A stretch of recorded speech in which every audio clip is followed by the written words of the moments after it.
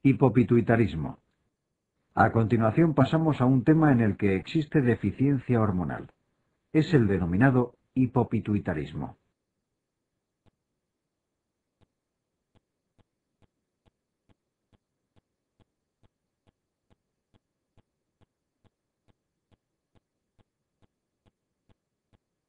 Causas del hipopituitarismo.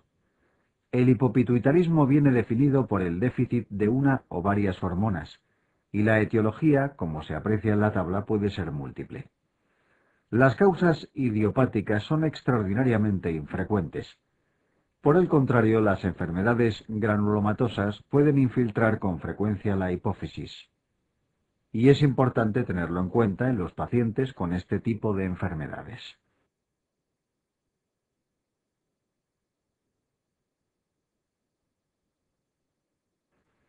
Los macroadenomas hipofisarios, los traumatismos cranoencefálicos y la metástasis son patologías que producen hipopituitarismo también de forma frecuente. Sin embargo, son probablemente las de origen iatrógeno, es decir, las secundarias a cirugía hipofisaria y radiación, las causas más frecuentes de esta entidad. Señalar también que cuando hipopituitarismo se produce de forma aguda, la primera hormona que disminuye es la ACTH y posteriormente las gonadotropinas y la TSH. Por el contrario, cuando el origen es progresivo, la primera hormona en desaparecer es la GH, seguida de las gonadotropinas, TSH y por último la ACTH.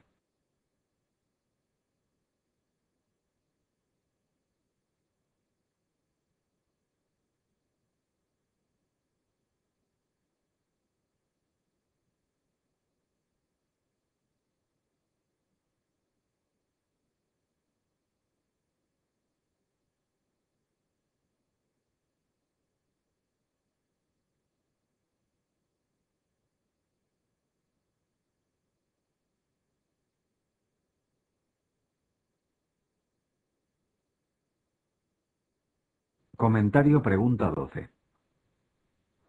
La mayor dificultad de este tema para el examen MIR es el identificar correctamente a los pacientes que presentan esta patología. Esto es debido a que la sintomatología derivada es bastante inespecífica y se puede confundir con otras enfermedades.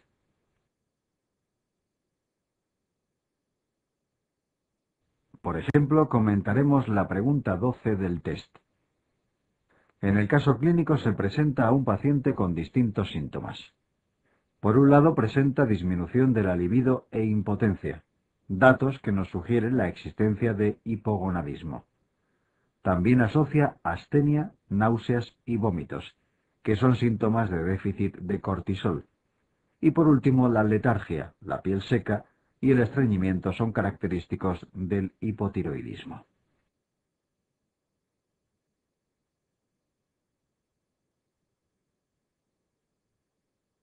En resumen, nos encontramos ante un paciente con varios déficits hormonales.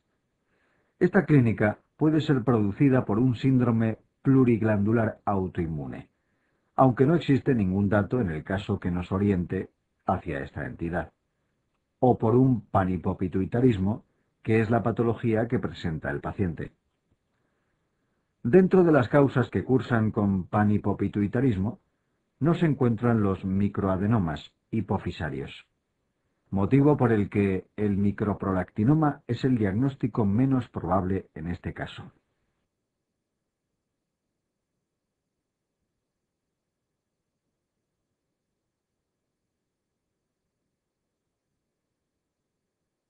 El último aspecto relevante de este tema es el diagnóstico y el tratamiento, que vienen reflejados en la presente tabla. Es fundamental conocer perfectamente qué determinaciones son de elección para cada déficit hormonal. Así, para la hormona de crecimiento, aunque la existencia de unas cifras disminuidas de IGF-1 orientan hacia esta entidad, la hipoglucemia insulínica es la prueba de elección. En esta se aprecia una ausencia de elevación de la GH en una situación de hipoglucemia mantenida.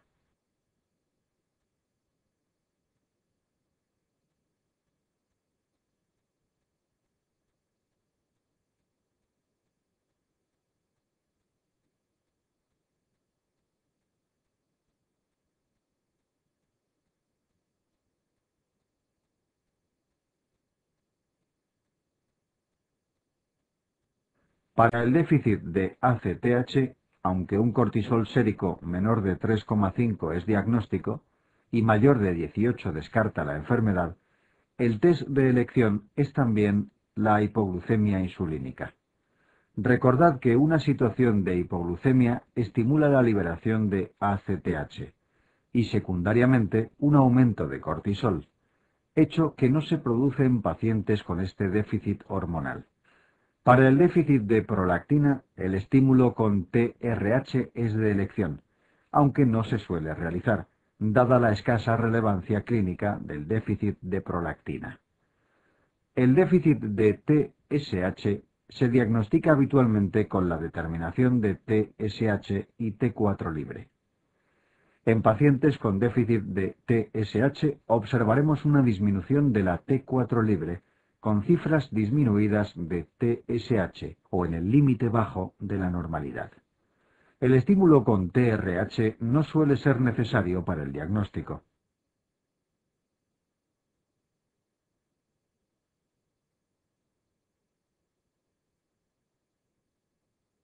Igualmente sucede con el déficit de LH y FSH. Para su diagnóstico se determinan basalmente junto al estradiol en la mujer y la testosterona en el varón. Encontraremos una testosterona o estradiol disminuidos y unas gondotropinas disminuidas o en el límite inferior de la normalidad. En cuanto al tratamiento, las primeras hormonas a sustituir serán los glucocorticoides, seguidas de la tiroxina. Posteriormente se administrará la GH y las hormonas sexuales. La prolactina no necesita tratamiento sustitutivo.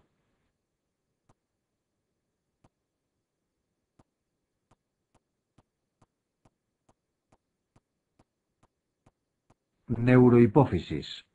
Una vez finalizada la patología de la adenohipófisis, nos adentraremos en la neurohipófisis o hipófisis posterior, que se encarga fundamentalmente de la regulación del metabolismo hídrico.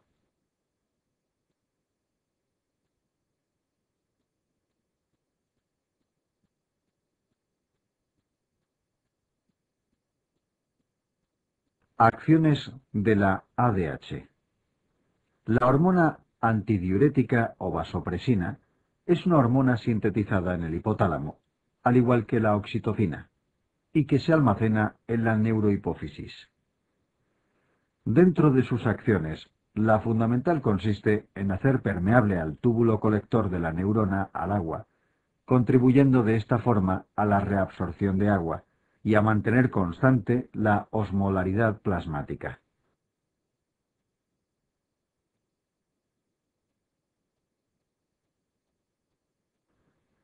Además de esta acción, en concentraciones suprafisiológicas es capaz de unirse a los receptores V1 y producir vasoconstricción, siendo esta función de especial importancia en situaciones de hipotensión severa. Otras acciones menos importantes clínicamente pero de interés fisiológico consisten en la estimulación de la secreción de ACTH y de GH.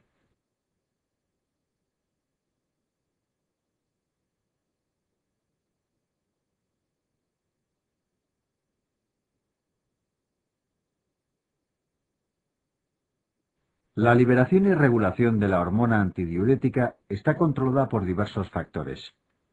La osmolaridad plasmática es su principal regulador. Ante cualquier cambio en la osmolaridad plasmática detectado por los osmorreceptores que se encuentran situados muy próximos a las neuronas que sintetizan la ADH, se producen cambios en su liberación. Así, ante pequeñas elevaciones de la osmolaridad plasmática, se induce un aumento de liberación de esta hormona.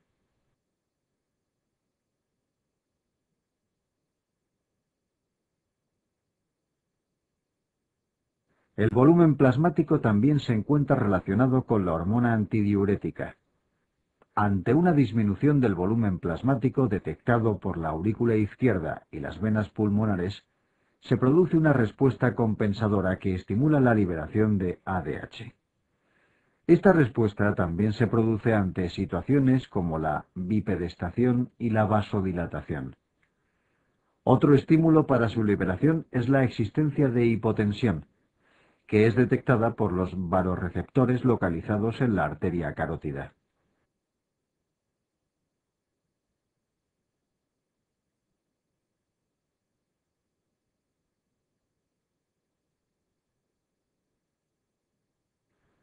Por último, señalar que determinados fármacos pueden estimular su liberación y que, si este estímulo permanece, pueden llegar a desencadenar situaciones patológicas.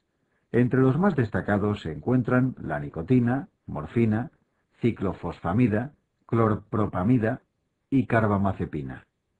Otras sustancias y fármacos como el etanol, la naloxona, clorpromacina y la fenitoína inhiben su liberación y pueden llegar a producir cuadros poliúricos.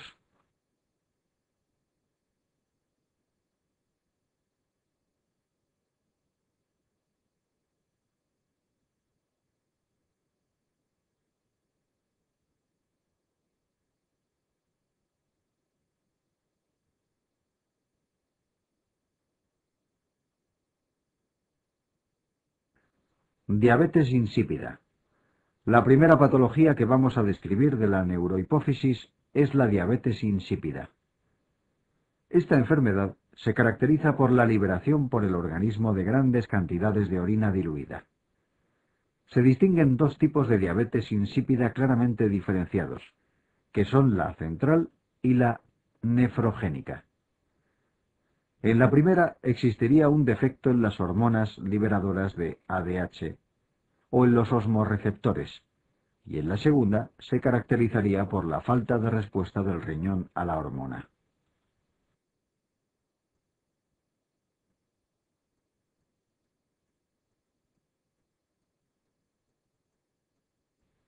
La etiología de ambas es variada. Dentro de la central, la causa más frecuente es la idiomática, seguida de los traumatismos cráneoencefálicos y los tumores. Las formas familiares se pueden transmitir de forma autonómica dominante y son extremadamente infrecuentes. Por otra parte, de la diabetes insípida nefrogénica, merece destacar en su etiología las alteraciones iónicas como la hipopotasemia y la hipercalcemia, dado que pueden aparecer en otras enfermedades endocrinológicas.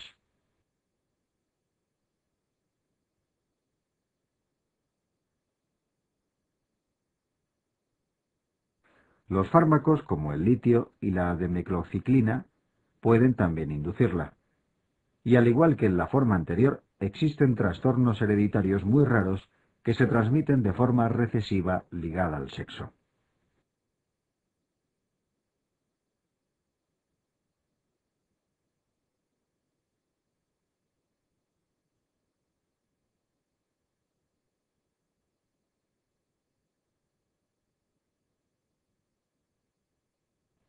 Clínica. Independientemente del tipo de diabetes insípida, la clínica vendrá derivada de la incapacidad de reabsorber agua, por lo que los síntomas característicos serán la poliuria y la polidipsia. Hay que señalar que la clínica aparece de forma más brusca y la pérdida de volumen es mucho mayor en la diabetes insípida central, mientras que en la nefrogénica los cuadros son más larvados en el tiempo y las pérdidas menores.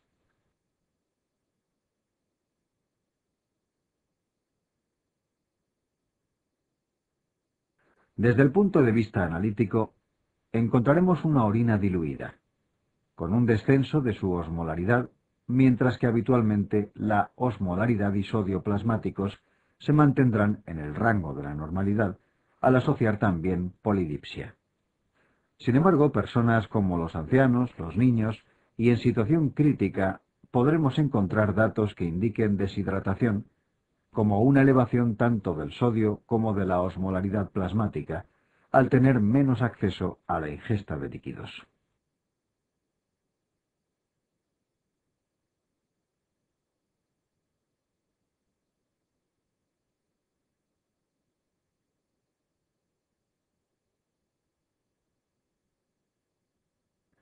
Diagnóstico.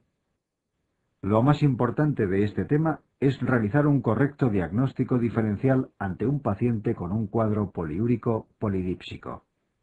Ante un paciente que presente esta sintomatología, lo primero a confirmar es la existencia o no de deshidratación.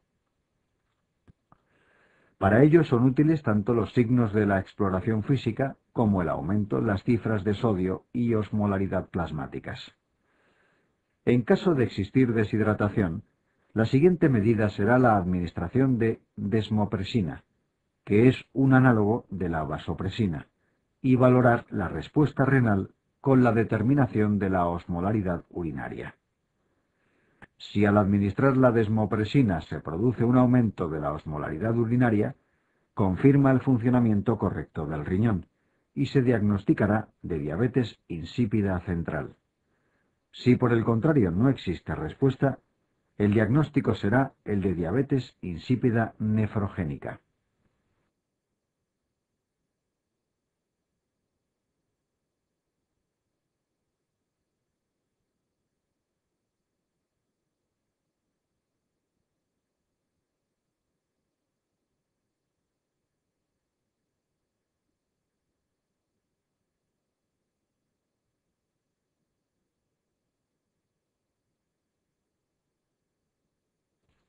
Si el paciente no se encuentra deshidratado, la prueba a solicitar, en primer lugar, será el test de deshidratación.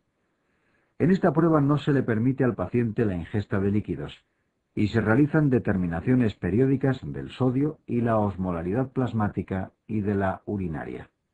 Si con la restricción hídrica experimenta de forma espontánea una elevación de la osmolaridad urinaria, nos indica que tanto la secreción de la ADH como el riñón no presentan patología y se catalogará de polidipsia primaria o potomanía.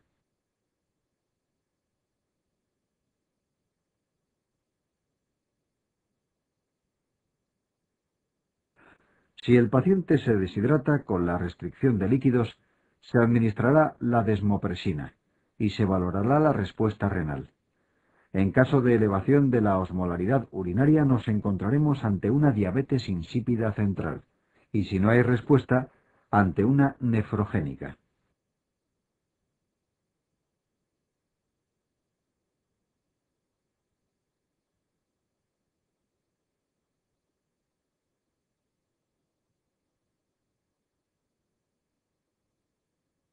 Prueba de la sed. En este gráfico viene representada la respuesta de la osmolaridad urinaria durante el test de deshidratación en distintas situaciones clínicas. Como se puede observar, se produce una elevación de la misma de forma espontánea, tanto en sujetos sanos como, aunque de menor intensidad, en pacientes con polidipsia primaria. En los pacientes con diabetes insípida central, se apreciaría un aumento de la osmolaridad urinaria solamente al administrar la desmopresina, mientras que los pacientes con diabetes insípida nefrogénica no experimentarían ninguna respuesta al fármaco.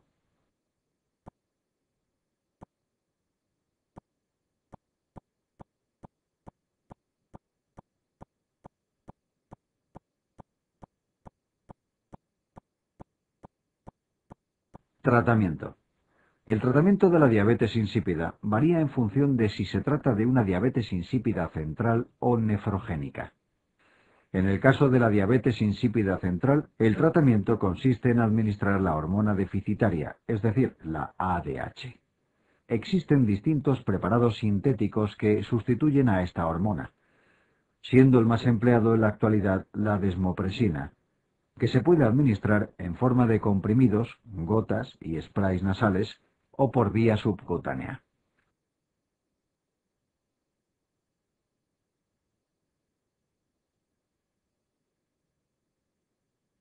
En la diabetes insípida nefrogénica, el tratamiento consiste en la restricción de sal de la dieta, la administración de diuréticos tiacídicos y los antiinflamatorios no esteroideos como la indometacina, dado que estos últimos producen una vasoconstricción de las arteriolas renales, disminuyendo la filtración glomerular. Por último, señalar que en ambos casos no se debe instar al paciente a una ingesta elevada de líquido, dado que se podría producir una intoxicación acuosa y una hiponatremia dilucional.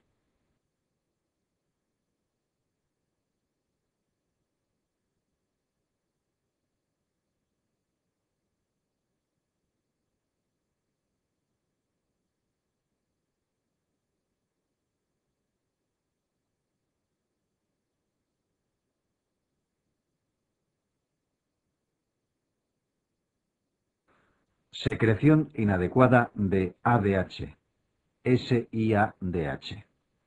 La otra patología fundamental de la neurohipófisis es la secreción inadecuada de ADH, más conocido como SIADH. En esta patología se produce un aumento exagerado de la secreción de ADH, que es independiente de la osmolaridad plasmática.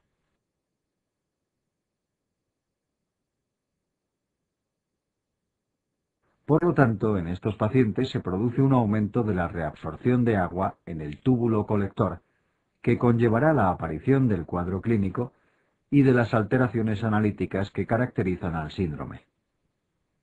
Las alteraciones más relevantes serán la aparición de hiponatremia, que será dilucional, con un descenso de la osmolaridad plasmática y un aumento de la osmolaridad urinaria. El exceso de la secreción de esta hormona puede originarse tanto en la propia neurohipófisis como en tejido neoplásico e inflamatorio.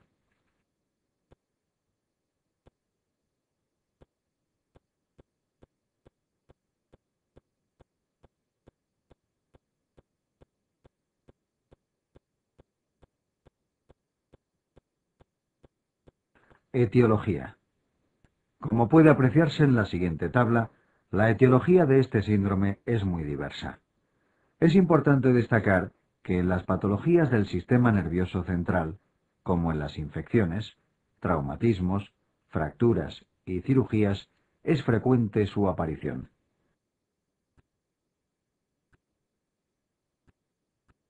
Los tumores también son responsables en bastantes ocasiones de su existencia.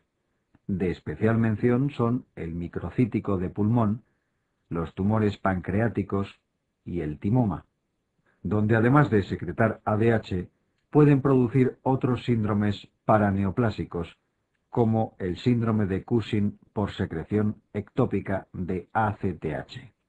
Cualquier patología pulmonar, como la tuberculosis, los abscesos y la enfermedad pulmonar obstructiva crónica, pueden desencadenarlo.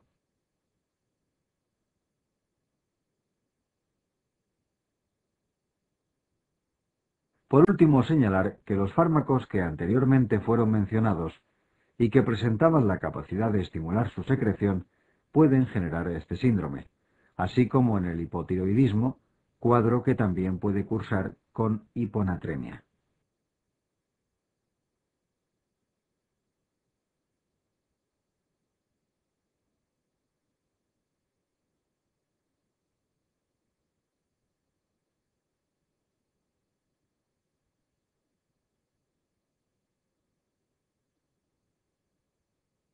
Criterios para el diagnóstico de SIADH. Para realizar de forma correcta el diagnóstico de SIADH, se deben descartar otros procesos que pueden cursar con hiponatremia y osmolaridad plasmática disminuida. Una característica de este síndrome es la ausencia de edemas y la existencia de un volumen circulante normal. Por lo tanto, se deberá distinguir de cuadros que se asemejan analíticamente, como el hipotiroidismo y la insuficiencia suprarrenal primaria.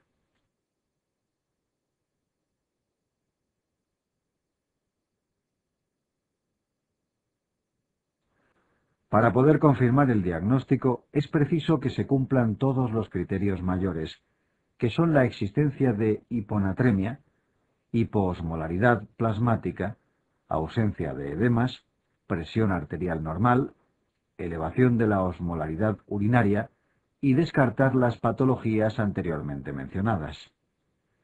Los criterios menores no son precisos para el diagnóstico.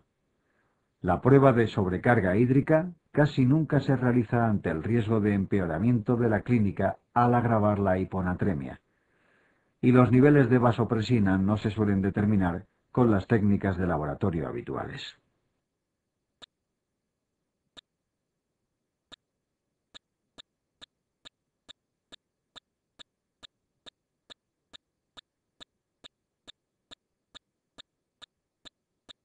Tratamiento. Evidentemente, el tratamiento del SIADH debe ir encaminado a tratar la causa que lo desencadena. Sin embargo, en muchas ocasiones no es posible, y es preciso administrar un tratamiento sintomático. El tratamiento de elección dependerá de la clínica que presente el paciente y de las cifras de sodio plasmático.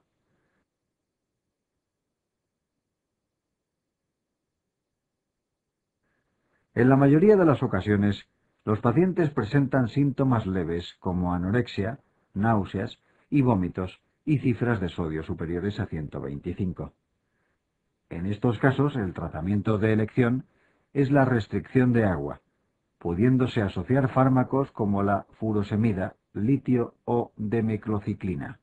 En caso de presentar síntomas neurológicos graves, como confusión, convulsiones o coma, o unas cifras de sodio inferiores a 125, se debe iniciar tratamiento urgente con suero salino hipertónico, asociando diuréticos de asa como la furosemida, para favorecer la pérdida de agua.